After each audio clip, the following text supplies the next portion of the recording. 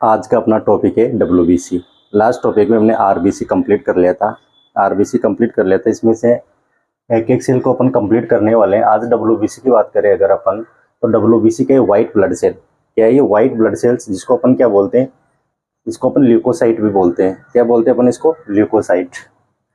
अगर डब्ल्यूबीसी की normal range की बात करें तो नॉर्मल रेंज इसकी 4000 से 11000 होती है। ठीक है, mm³ of blood. WBC responsible for immune response of the host body. WBC क्या करती है? इम्यून रेस्पॉन्स का काम। कोई भी फॉरेन पार्टिकल्स या माइक्रो ऑर्गेनिज्म जब बॉडी के अंदर एंटर करते हैं, एंटर करने से तो अपने को कोई भी डिजीज या कोई भी प्रॉब्लम क्रिएट होती है, तो इम्यून सिस्टम, इम्यून जो रेस्पॉन्स करते हैं वो WBC बहुत सारी टाइप की होती है, सब अलग अलग, सबका अलग अलग रेस्पॉन्स। आगे जाके सबको एक एक करके पढ़ने वाले हैं। तो ये क्या करते हैं अपने को? Immune response of the host body. ठीक है, नेक्स्ट अगर अपन बात करें डब्ल्यूबीसी की, तो डब्ल्यूबीसी दो टाइप की होती है। एक होती है ग्रेन्युलोसाइट और एक होती है एग्रेन्युलोसाइट। ग्रेन्युलोसाइट आरबीसी में क्या होता है? इसमें साइटोप्लाज्मिक वेसिकल्स प्रेजेंट होते हैं। इसमें क्या होते हैं? साइटोप्लाज्मिक वेसिकल्स प्रेजेंट होते हैं। साइटोप्लाज्मिक वेसिकल्स की अगर मैं बात, अगर अपने सेल पढ़ा हो आपने कभी भी एनाटॉमी में स्टार्टिंग में, तो साइटोप्लाज्मिक वेसिकल्स क्या काम करते हैं? ये साइटोप्लाज्मिक वेसिकल्स होते हैं जो सेल के अंदर एक मेम्ब्रेन टाइप, एक सेल की मेम्ब्रेन टाइप स्ट्रक्चर होती है, जो क्या करती है? सेल के अंदर न्यूट्रिएंट्स और ऑक्सीजन को क्या ट्रांसपोर्टेशन का काम करती है। तो ये जो ग्रेन्युलोसाइट है, ग्रेन्युलोसाइट के अंदर साइटोप्लाज्मिक वेसिकल्स प्रेजेंट होते हैं और इसके अंदर क्या होते हैं? साइटोप्लाज्मिक वेसिकल्स इसमें क्या होते हैं? एब्सेंट, इसमें प्रेजेंट नहीं होते हैं। ठीक है, क्वेश्चन बन जाता है कभी कि साइटोप्लाज्मिक वेसिकल्स किसके अंदर प्रेजेंट होते हैं? ग्रेन्युलोसाइट होती है, उसमें साइटोप्लाज्मिक वेसिकल्स प्रेजेंट होते हैं। ठीक है, ये याद रखना है अपन को। नेक्स्ट अगर टाइप्स की बात करें तो दो टाइप की देखे हमने, ग्रेन्युलोसाइट और एग्रेन्युलोसाइट। ठीक है, इसमें क्या होते हैं? ग्रेन्यूल्स प्रेजेंट रहेंगे और इसमें ग्रेन्यूल्स एब्सेंट है। कैसे पता? इसको अपन स्टेन या डाई के द्वारा अपन पता करते हो, आगे जाके पढ़ने वाले अपन। देखो नेक्स्ट अगर एग्रेन्युलोसाइट और ग्रेन्युलोसाइट में बात करें तो ग्रेन्युलोसाइट अपने को तीन टाइप्स की होती है। इसमें एसिडोफिल, जिसको क्या बोलते हैं? एसिनोफिल बोलते हैं। एक होती है बेसोफिल और होती है एक न्यूट्रोफिल्स। अगर एसिडोफिल की बात करें अपन तो stain with acidic dye eosin के द्वारा। ठीक है, एसिडोफिल जो इयोसिनोफिल है उसको stain with acidic dye, question पूछा हुआ है एग्जाम में, पहले भी क्वेश्चन आया हुआ है ये, इसको याद रखना है कि एसिडोफिल या इयोसिनोफिल को जो स्टेन करते हैं वो कौन सी डाई यूज करती है? उसके अंदर इयोसिन डाई, कौन सी?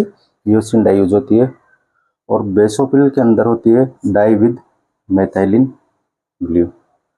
और न्यूट्रोफिल की बात करें तो न्यूट्रोफिल में होती है हेमेटॉक्सिन डाई।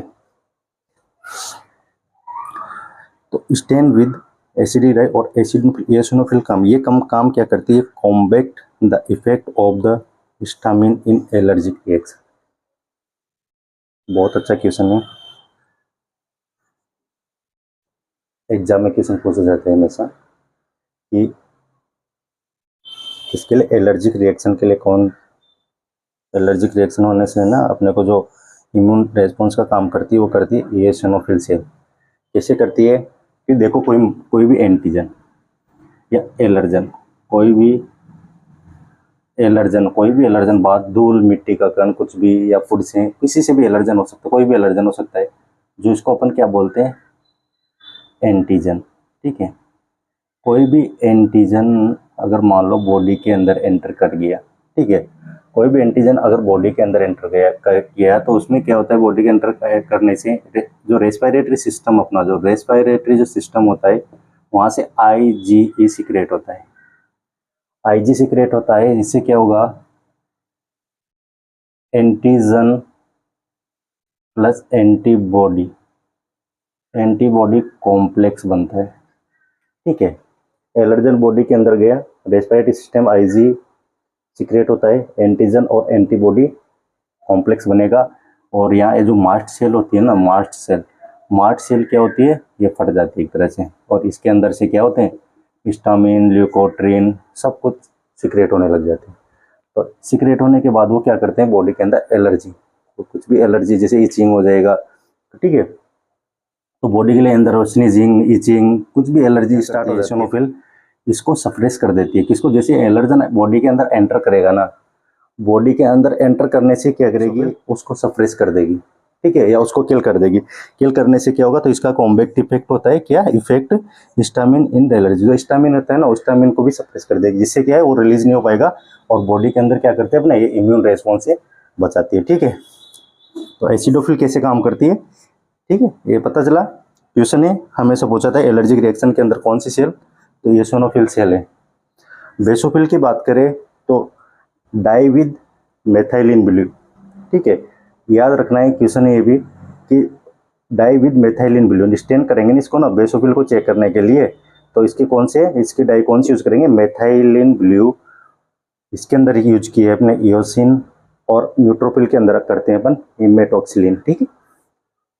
इसका मैक्सिमम क्वेश्चन है ये, कौन सी डब्ल्यूबीसी सेल है जिसका सबसे ज्यादा मैक्सिमम लाइफ स्पान होता है, तो वह है बेसोफिल। सबसे ज्यादा लाइफ स्पान होता है बेसोफिल का, और जो किसके लिए यूज होती है, वुंड हीलिंग के लिए। ये भी क्या कहते हैं,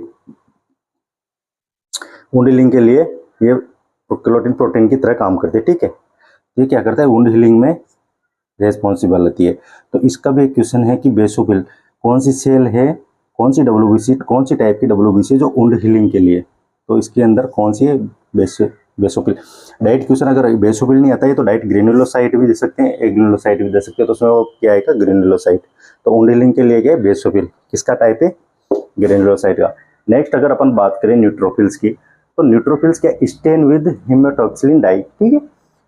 first line of defence in blood, blood के अंदर फर्स्ट लाइन ऑफ डिफेंस का काम करती है न्यूट्रोफिल। बहुत इंपॉर्टेंट क्वेश्चन है, फर्स्ट हमेशा एग्जाम में क्वेश्चन पूछा जाता है ये वाला कि फर्स्ट लाइन ऑफ डिफेंस कौन सी ब्लड सेल्स है, तो वह है न्यूट्रोफिल या मैक्रोफेजेस। ये क्या करते हैं, डिस्ट्रॉय बैक्टीरिया फेगोसाइटोसिस, ये बैक्टीरिया को डिस्ट्रॉय करने का काम करते हैं। बैक्टीरियल इन्फेक्शन हो जाएगा तो उसके अंदर क्या है, न्यूट्रोफिल।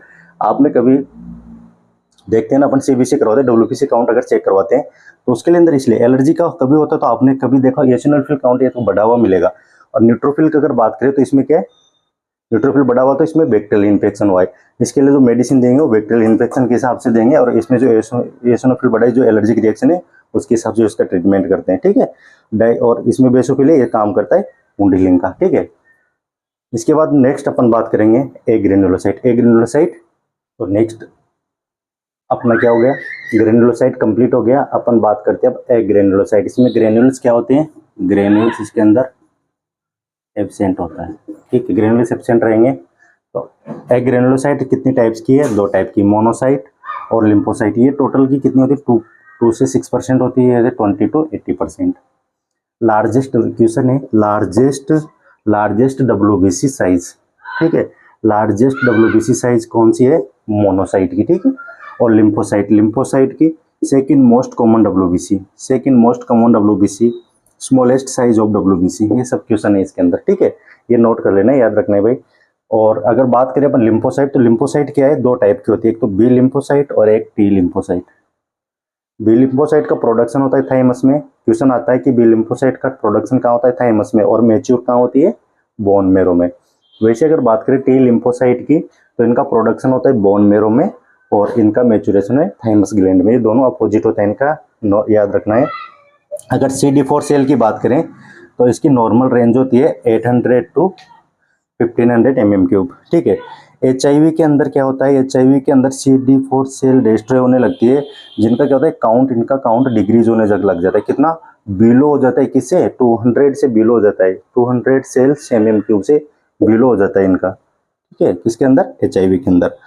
अगर इनकी एबनॉर्मलिटीज की बात करें अपन तो increase in number of WBC, इसको बोलते हैं ल्यूकोसाइटोसिस, और decrease in number of WBC इसको बोलते हैं ल्यूकोपीडिया।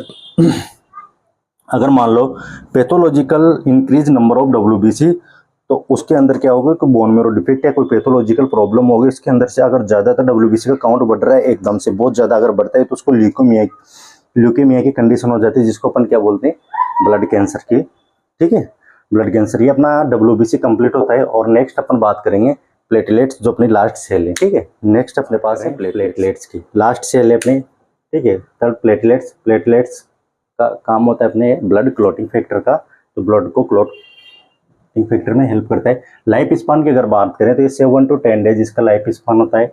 नंबर ऑफ प्लेटलेट्स है 1.5 to 4.5 पर माइक्रोलीटर ऑफ ब्लड, ठीक है। क्वेश्चन पूछ लिया जाता है नॉर्मल रेंज का भी। नंबर ऑफ डिग्रीज, अगर इसका प्लेटलेट्स काउंट का नंबर डिग्रीज होता है 1.5 mm³ से तो उसको बोलेंगे थ्रोम्बोसाइटोपिनिया, और अगर 4.5 से ज़्यादा होता है तो इसको बोलेंगे थ्रोम्बोसाइटोसिस। इसमें दो इंपॉर्टेंट क्वेश्चन बनते हैं, एक तो प्रोथ्रोम्बिन टाइमर और एपीटीटी में एक्टिवेटेड पार्शियल थ्रोम्बिन टाइम, ठीक है, थ्रोम्बोप्लास्टिन टाइम। इसमें क्वेश्चन बहुत इंपॉर्टेंट है, हमेशा इसमें क्वेश्चन बनेगा, इसमें क्वेश्चन आता है। प्लेटलेट्स में जो क्वेश्चन आएगा वो यहाँ से ही क्वेश्चन बनता है। पीटी अगर प्रोथ्रोम्बिन टाइम की बात करते हैं, एक्सटेंसिव पाथवे है, इसका ड्यूरेशन पूछ लिया जाता है 8 to 12 सेकेंड। इसके अंदर क्या करते हैं अपन, अगर इसकी कमी हो जाती है, इसको ज़्यादा अगर की ज़्यादा हो जाती है तो इसके अंदर क्या करते हैं अपने वारफेरिन थेरेपी।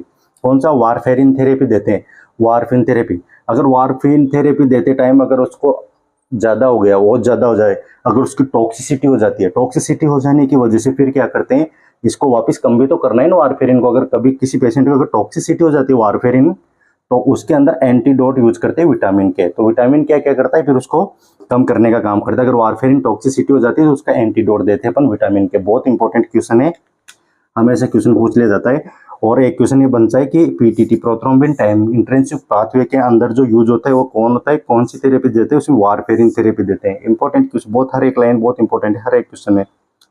एपीटीटी की बात करें, एक्टिवेटेड पार्शियल थ्रोम्बोप्लास्टिन टाइम, तो इसका ड्यूरेशन होता है 30 to 50 सेकेंड। इंट्रिंसिक पाथवे इसके अंदर हो जाते हैं हिपेरिन थेरेपी, और हिपेरिन टॉक्सिसिटी हो जाएगी तो इसका एंटीडोट होगा प्रोटामाइन सल्फेट, इसका एंटीडोट होगा प्रोटामाइन सल्फेट। तो ये इंपॉर्टेंट है, क्वेश्चन हमेशा पूछ ले जाते हैं। यहाँ पर अपना ब्लड कंप्लीट होता है। अब इसके डिसऑर्डर बचे हैं तो एक पार्ट के अपन इसका डिसऑर्डर कंप्लीट करते हैं, ठीक है।